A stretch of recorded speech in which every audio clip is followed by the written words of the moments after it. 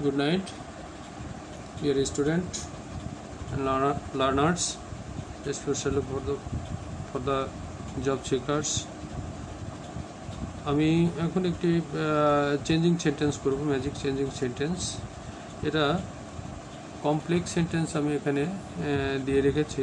এটাকে আমরা কম্পাউন্ড করব এবং সিম্পল করব। কিভাবে কমপ্লেক্স থেকে কম্পাউন্ড এবং সিম্পল করা যায় সেটা আমরা একটু দেখব।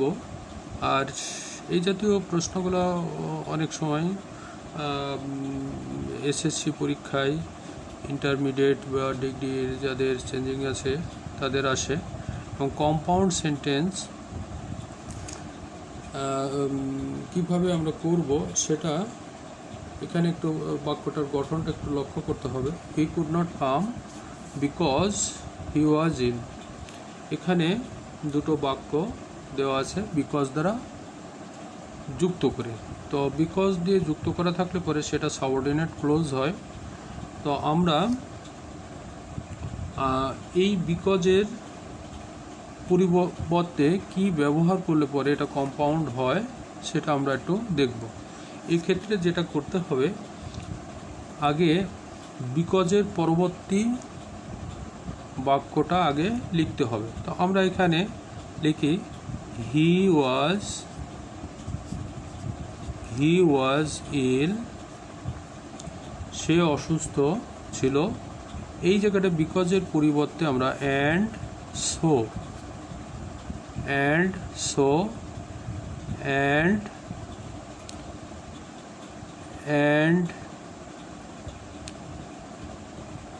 ব্যবহার করলে পরে এটা কমপ্লেক্স সেন্টেন্স হবে, কম্পাউন্ড সেন্টেন্স হবে এবং এই প্রথম বাক্যটা এরপরে দেওয়া যাবে। অ্যান্ড সোর পরিবর্তে আরও একটা জিনিস দেওয়া যায়, and that, and as a result, এটাও ব্যবহার করা যায়। তো আমরা সংক্ষেপে বিষয়টা একটু জানি যে অ্যান্ড সো, এরপরে আমরা প্রথম বাক্যটা লিখব, হি কুড নট কাম। তো আমরা এটা কম্পাউন্ড করলাম। তো এই ধরনের থাকলে বিকজযুক্ত অংশ যদি পরে থাকে, অনেক সময় বিকজযুক্ত অংশ আগেও থাকে, তাহলে পরে ওই অংশটাই আগে লিখতে হবে। আর যদি পরে থাকে তাহলে আগে নিয়ে আসতে হবে, নিয়ে আসে বিকজের পরিবর্তে অ্যান্ড সো ব্যবহার করতে হবে। অ্যান্ড সো এবং সো মানে সেই জন্যই। তো এখানে আমাদের কম্পাউন্ড হয়ে গেল। এরপরে আমরা সিম্পল দেখব। এই সিম্পলটা কিভাবে হয় সেটা আমরা একটু দেখব। এটা খুব গুরুত্বপূর্ণ, কারণ যারা চাকরি জব সিকার তাদের জন্য গুরুত্বপূর্ণ যে এটা বিভিন্ন ওয়ার্ড বা ফ্রেজ ব্যবহার করে সিম্পল করা যায়। তো এই ক্ষেত্রে আমরা কারণযুক্ত অংশটা এই বিকজের পরিবর্তে আমরা কিছু ওয়ার্ড বা ফ্রেজ ব্যবহার করব এবং বিকজের পরবর্তী বাক্যটাকে ফ্রেজে রূপান্তর করব। তো আমরা প্রথমে একটা শব্দ ব্যবহার করে সিম্পল করি। বিকজ যদি থাকে, সব থেকে সহজ উপায় বিকজের পরিবর্তে বিকজ অফ ব্যবহার করা যাবে। প্রথম বাক্যটা, প্রথম অংশ আমরা লিখি he could not come. He could not come because থাকলে বিকজ অফ ব্যবহার করা যায়, এটা মনে রাখতে হবে। বিকজ অফ ব্যবহার করে সিম্পল করা যায়। এরপরে এই বাক্যটা আমরা রাখবো না, এটাকে ফ্রেজ করে দেব। ফ্রেজ করলে পরে বিকজ অফ এই সাবজেক্টটার পসেসিভ কেস, যেহেতু দুটো সাবজেক্টই একই ব্যক্তি, এর পসেসিভ কেস আমরা করব বিকজ অফ হিজ। তারপরে এখানে যে ভার্বটা আছে, যদি বি ভার্ব থাকে তাহলে পরে বিং করব। আমি এটা একটু ব্র্যাকেটে দিয়ে রাখলাম, একটা কারণ আছে। Because of his being ill, এখানে আমরা because of his being ill. তো এটা ব্যবহার করলেও যদি আমি ব্র্যাকেট, তোমরা দিবা না, আমি দেওয়ার কারণ আছে, একটু অন্য কারণে আমি বলবো। He could not come because of his being ill, এটা সিম্পল হয়ে গেছে। এটার পরিবর্তে যদি আমি এই বিং ব্যবহার না করতাম, না করে যদি আমি এটা ব্যবহার করতাম হিজ ইলনেস, তাহলে পরেও এটা সিম্পল হয়ে যাবে। ঠিক আছে, এখন আরও কিছু শব্দ বা ফ্রেজ আছে যেগুলা এই বিকজ অফের জায়গা, আমরা যেমন বিকজের পরিবর্তে বিকজ অফ ব্যবহার করেছি, এই জায়গাটা আমরা সেই শব্দ বা ফ্রেজগুলো ব্যবহার করেও সিম্পল করতে পারবো, প্রথম অংশের কোনো পরিবর্তন হবে না। তো সেটা আমরা একটু দেখি। তো আমরা এখানে বিকজ অফ হিজ ইল, এটাকে আমরা ফ্রেজে রূপান্তর করব।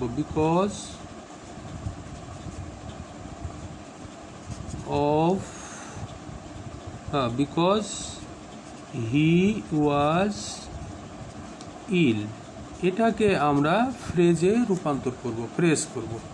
কি কি ব্যবহার করে, যেমন বিকজ অফ ব্যবহার করে আমরা ফ্রেজে রূপান্তর করেছি। এখন দেখো, যদি আমরা ফর ব্যবহার করি, ফর ব্যবহার করলে পরে হবে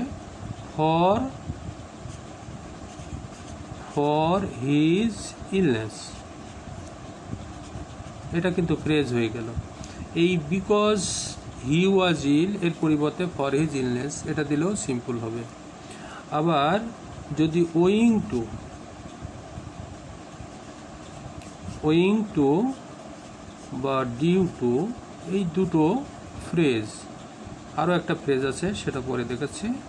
এরপরে আমরা এটা লিখতে পারি ওয়িং টু, একটা লিখে দেখা দিই, ডিউ টু হিজ ইলনেস, এটা যদি দেওয়া যায় ডিউ টু বা ওয়িং টু, তাহলে পরেও এটা ফ্রেজ হবে। হ্যাঁ, আমরা he could not come due to his illness, owing to his illness, for his illness, simple হয়ে যাবে কিন্তু। ঠিক আছে, আমাদের সাথে ইতিমধ্যে একজন যোগদান করছে। এরপরে আমরা দেখলাম যে ফর দিয়ে ফ্রেজ করা যাচ্ছে এবং সিম্পল করা যাচ্ছে, ওয়িং টু ডিউ টু দিয়েও ফ্রেজ এবং সিম্পল করা যাচ্ছে। এবং এটা কিন্তু আমরা যেমন বিকজ অফ ব্যবহার করেছি, এই জায়গাটা এটা ব্যবহার করব। তারপরে আমরা আরও একটা ফ্রেজ আছে, অন অ্যাকাউন্ট অফ, এটার অর্থ হলো জন্যে বা কারণে। তো আমরা এটা যদি এই বিকজ হি ওয়াজ ইল এই জায়গাটা ব্যবহার করে ফ্রেজে রূপান্তর করে দিই, তাহলে পরে কি হবে, on account of his illness. তাহলে পরে আমরা দেখো যে because of, for, owing to, due to, on account of, এই এতগুলো শব্দ ব্যবহার করে কিন্তু এটা আমরা সিম্পল করলাম, কমপ্লেক্স থেকে সিম্পল করলাম বা কম্পাউন্ড থেকে সিম্পল করলাম। একটার সাথে কিন্তু আরেকটা ওতপ্রোতভাবে জড়িত। 6টা নিয়ম এখানে আছে, আমার 6টা অ্যারো আছে, 6টা অ্যারো মানে 6টা নিয়ম। যদি সিম্পল থাকে তাহলে এভাবে কম্পাউন্ড করতে হবে এবং এভাবে কমপ্লেক্স করতে হবে। কমপ্লেক্স থাকলে এইভাবে আমাদের কম্পাউন্ড সিম্পল করতে হবে, কম্পাউন্ড থাকলে এভাবে কমপ্লেক্স বা সিম্পল করা যাবে।